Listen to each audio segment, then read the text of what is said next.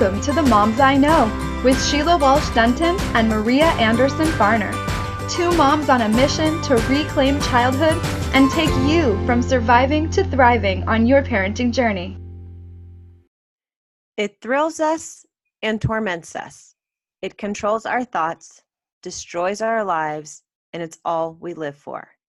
Yet we almost never speak of it. And as a buried force in our lives, desire remains largely unexplored. Hi, this is Sheila. And this is Maria. And we want to welcome you to The Moms I Know. Woo, what a topic to take on today. It's summertime. Oh, and the living is easy. Sometimes. Yes. Yeah. Right. I actually really appreciate this opportunity to talk about this idea of desire. I also think about sort of this grass is always greener, or that discontent, or that striving, or that always wanting something else. And so I think this is a really interesting topic to explore right now.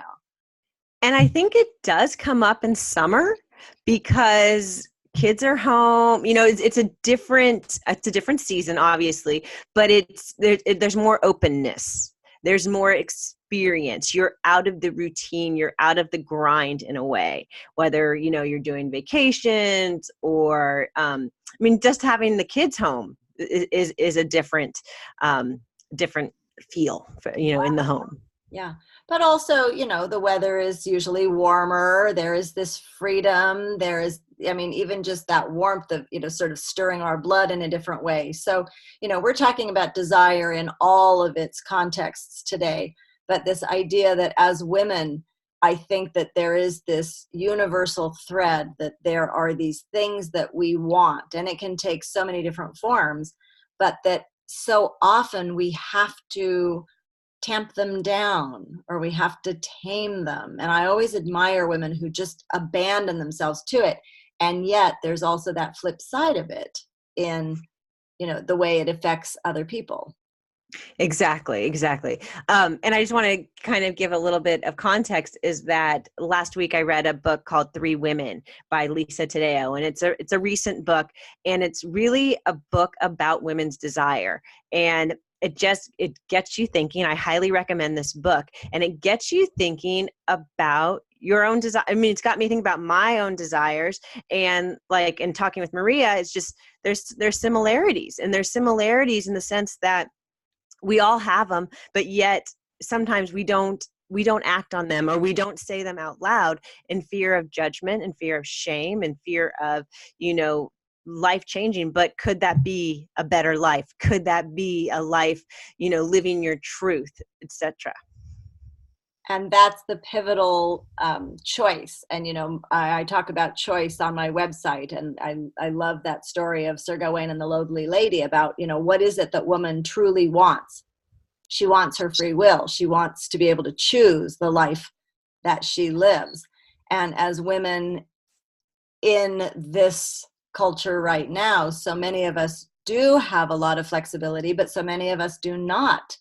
And even those of us who might have sort of that socioeconomic flexibility, there's still the societal pressures. There's that decision of, if we follow our career, or if we have a family. I'm reading another book right now called Work, Pause. Is it Work, Pause, Thrive? Or yeah. And I think I've referenced it before, but I'm rereading it. And this concept of career and family, and how do we choose, and do we pause, or do we have our children in daycare or childcare? And, there is no absolute right choice. There's cause and effect. There's always a repercussion no matter what we choose. And I was just talking with my daughter the other day about sort of these turning points in our lives, when there's two paths in front of us, or three, and how we make these decisions to, go to another country and work, or to follow a certain career path, or to go with a certain person, or not go in that relationship, or to end a relationship, or to start one, or to choose to have a family or not.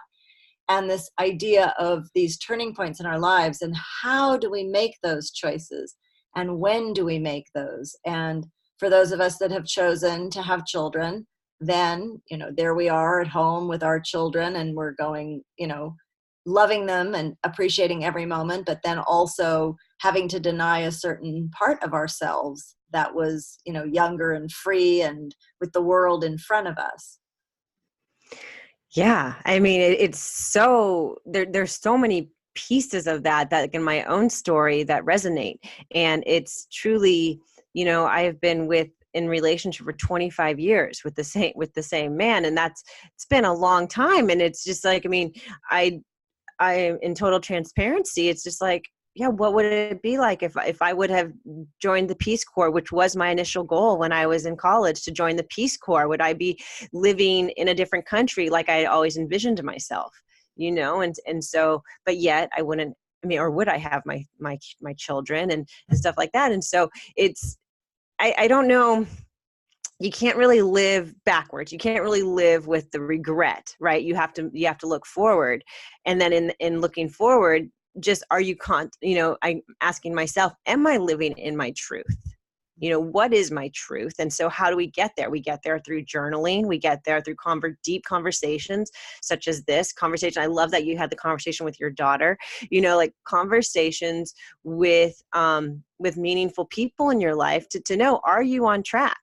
Because if you're not on track, then I think something has to be changed. You look at your teachers, you look at your, I use tarot cards a lot, or prayer, and you however you choose to look for the signs, because I think the universe, I mean, we really haven't talked much about kind of the universal laws and everything, but I know you and I both know that the universe has its plan.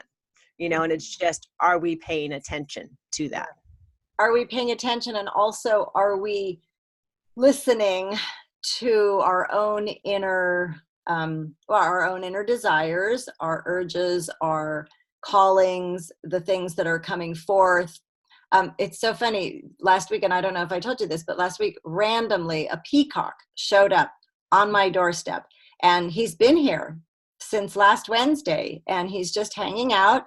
And we looked that up in terms of spirit animal, and it's amazing what the peacock represents in terms of, sort of protection and vision and selflessness and self-confidence. And I mean, there's so many different aspects of this, and I'm kind of like, okay, I'll take him right now. And just this sort of intervention of being really aware that he's shown up for a reason right now, and for me to pay close attention to that and just be like, oh yeah, I'm on the right path and I'm doing what I'm supposed to be doing. And I'm in my grandparenting years now, but also looking back at those younger years, I mean, I do remember vividly when my children were very young and just kind of thinking, oh my gosh, is this it?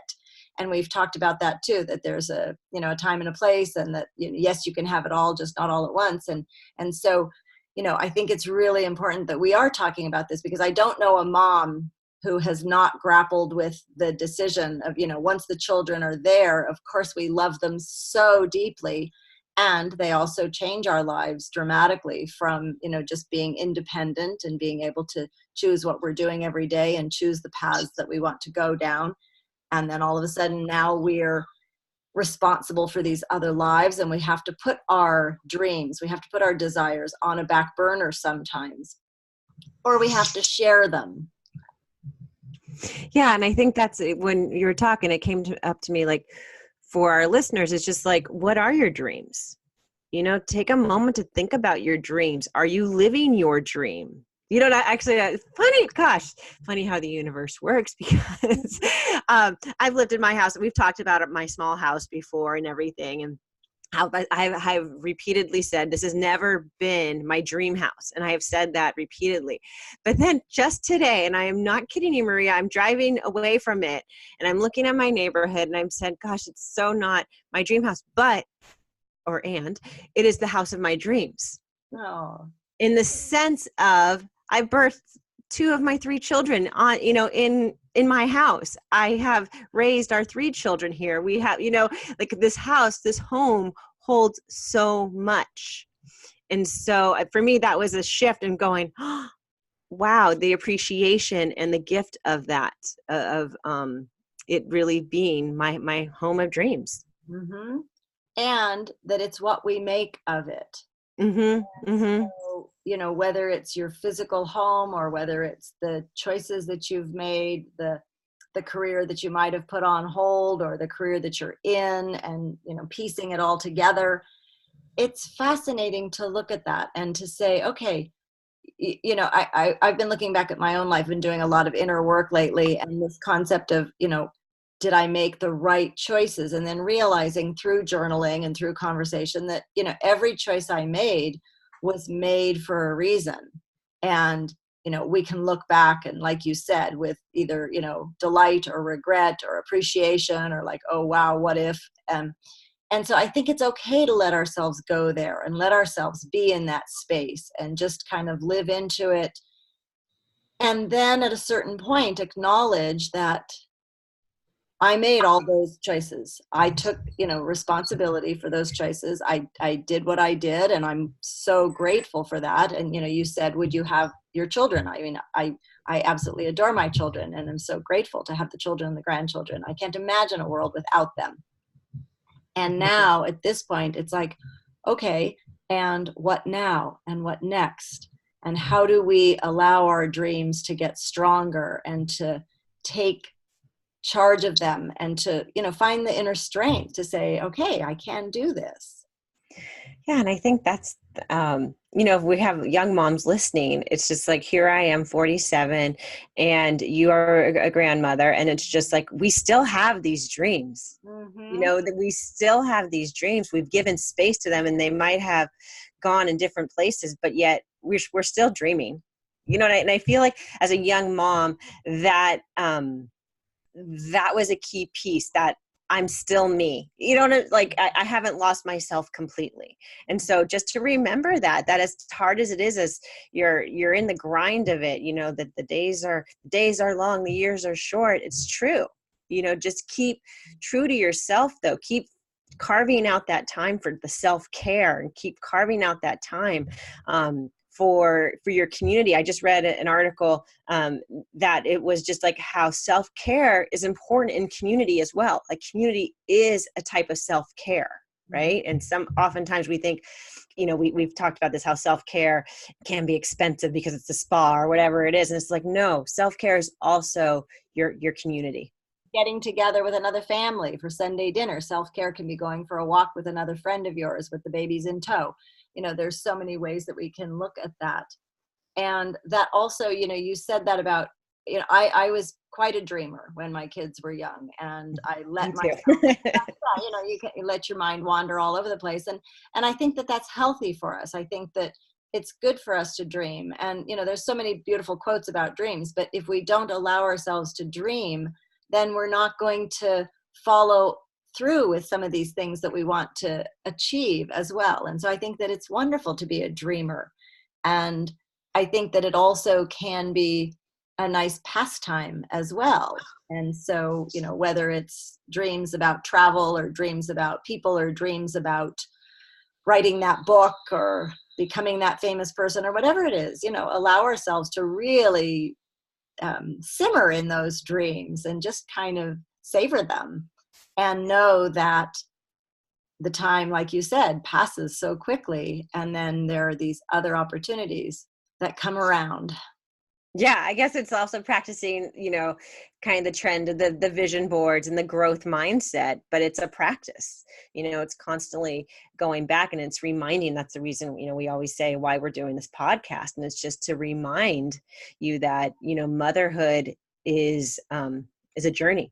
Mm-hmm. And it comes in all seasons. And so, sometimes it's going to be really hard, but just know that it's not always going to be there. And you have those dreams, like keep dreaming, right? And keep that alive, because I don't know, I just love you've just started a new chapter, that we talked about with the home. And you are living a dream. And it's like, I looked at that and go, oh my gosh, it's just what you and your family, you and Jeff have created, is just so beautiful, multi-generational living. And it's not without its ups and downs and challenges. Right. But also it is, finally, and it was so sweet. My mother was visiting a couple weeks ago, and she looked at me and she said, I see that this is where you belong. And that was so lovely to hear that acknowledgement, because I knew it. I feel it in my soul, but to have my mother recognize that as well was so beautiful. And so, go ahead. You're going to say something. Well, no, I never haven't asked you this, but is it hard to be so far away from her? Because for me, that's something that's kept me here in California. It's because of my parents and their age and everything. And so I was like, has that been a challenge? Yes, that's the greatest challenge, because Yeah. I was able to see my mother much more frequently, and she's, I adore my mom, and we have a lovely rapport and a great relationship.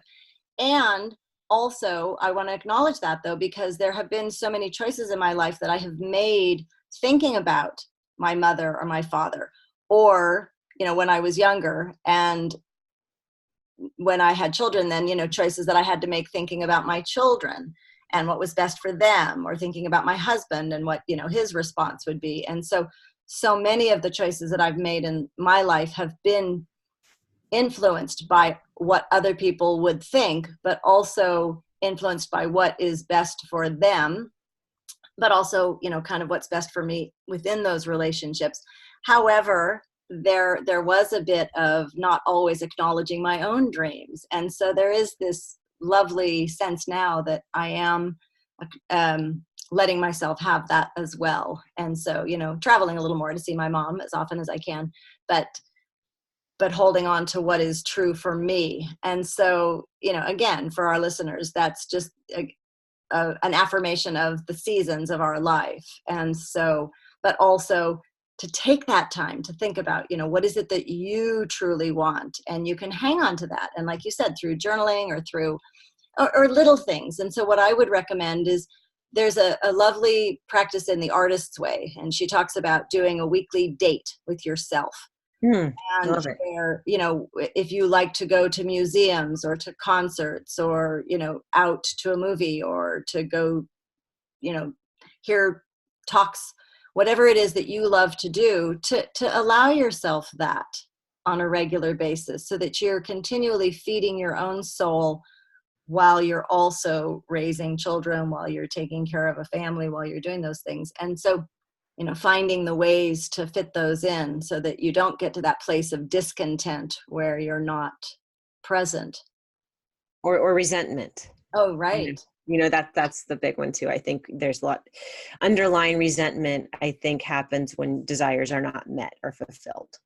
Oh, it's so important. Yeah. Can you talk about that a little bit more? Because I really think that really affects our health, not just our Yeah, totally. I mean, it's just like we have to, if you don't voice it, if you're not able to have an outlet for it, that's what breeds disease. That's what breeds a lot of autoimmune issues and everything.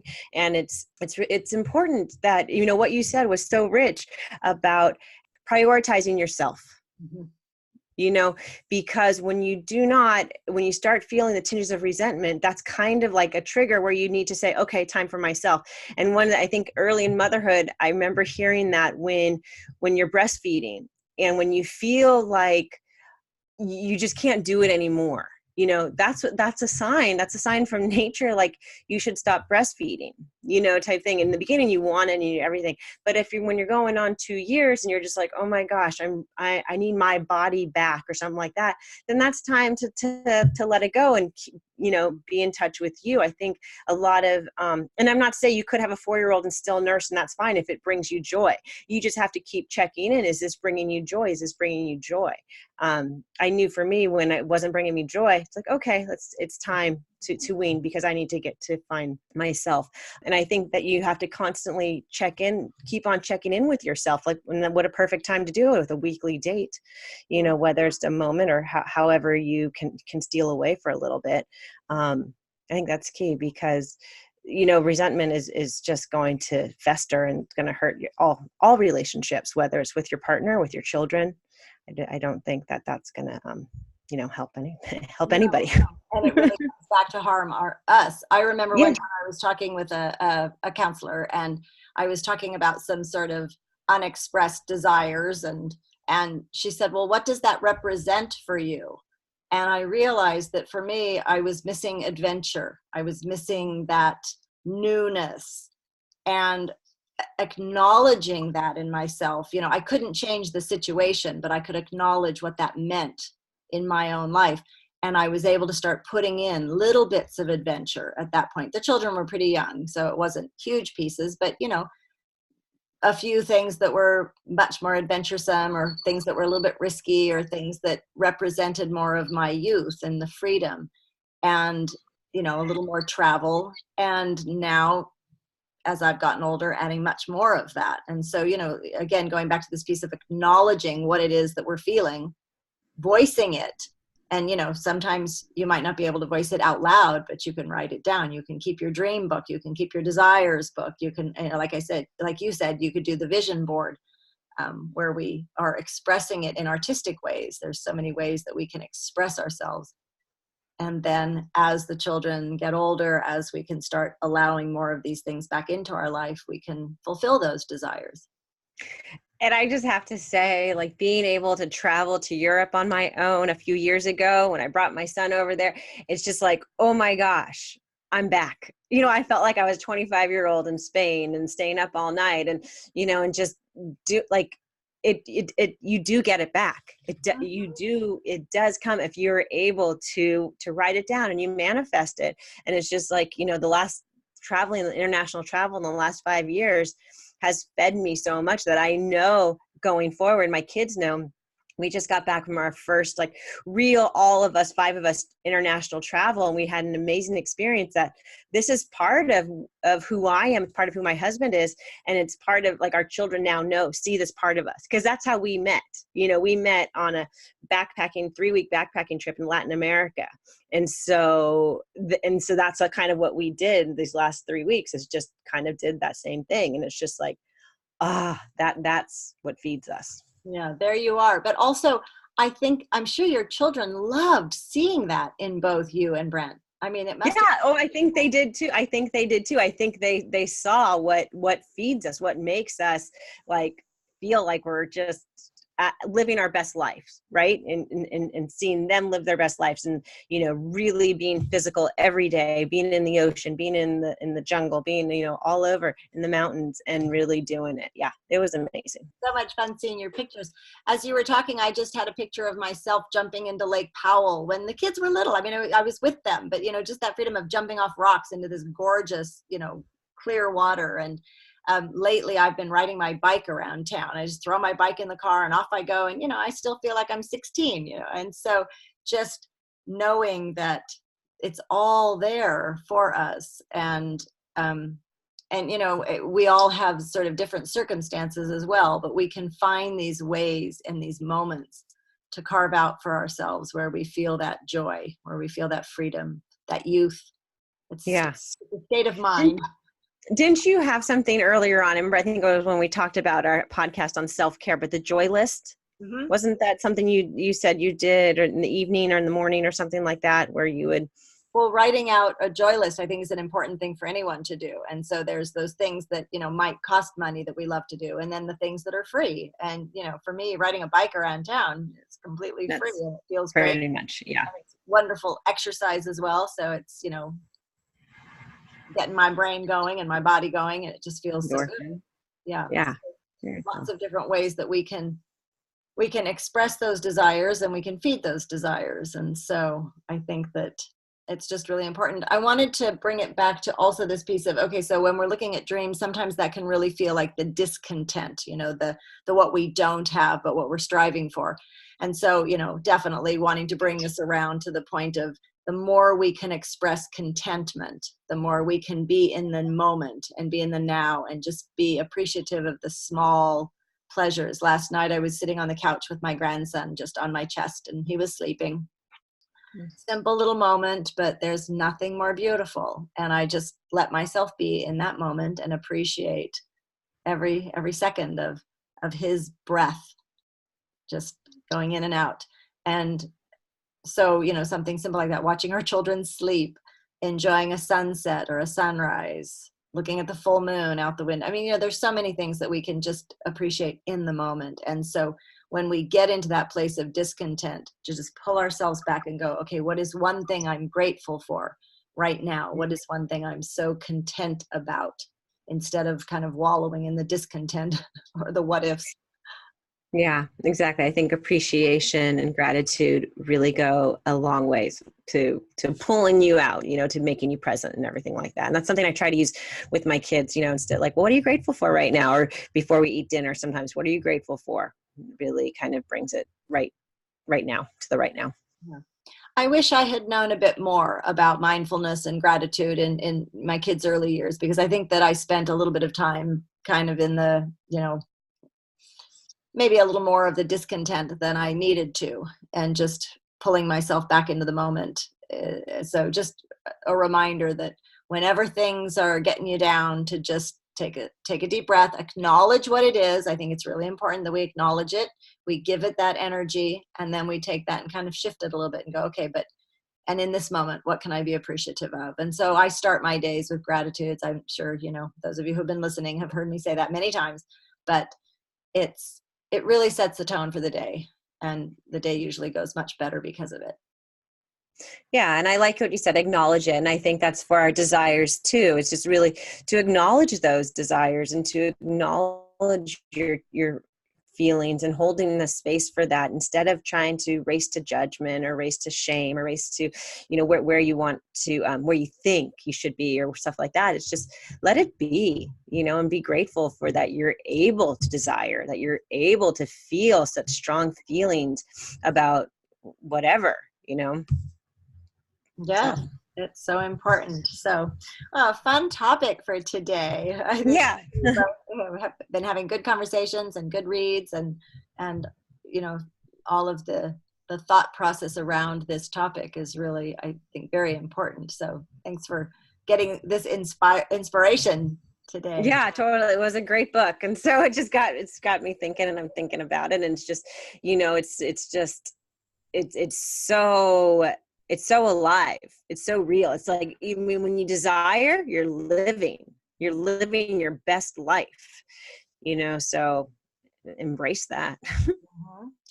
So get out there and live your dreams, or at least enjoy them. Right.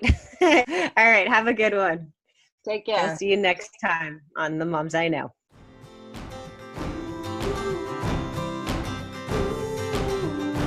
Thanks for joining us today for The Moms I Know. To learn more about Sheila and her online program, The Mom Map, visit purplebeetnutrition.com. For Maria's monthly blog and to learn more about her group programs and retreats, visit soquelessentials.com. That's SOQUEL essentials.com. We hope you enjoyed today's episode of The Moms I Know. Until next week, have a joyful family journey.